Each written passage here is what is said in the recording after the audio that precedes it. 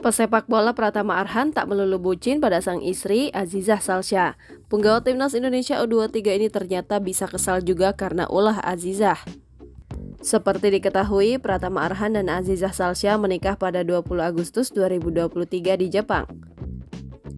Azizah mendukung Arhan membela timnas melawan Turkmenistan di Stadion Manahan Solo pada Selasa 12 September 2023. Usai pertandingan, banyak momen romantis Arhan dan Azizah yang beredar di media sosial.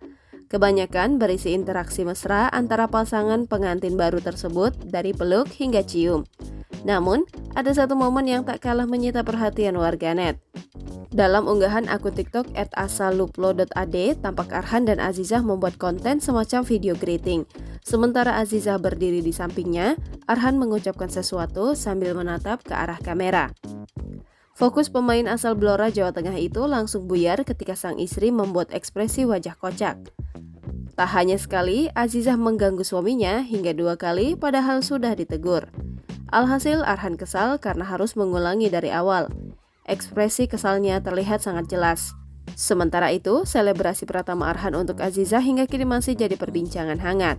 Arhan berlari sambil memamerkan kaos bertuliskan nama Azizah dan tanggal pernikahan mereka setelah mencetak gol kedua untuk Indonesia.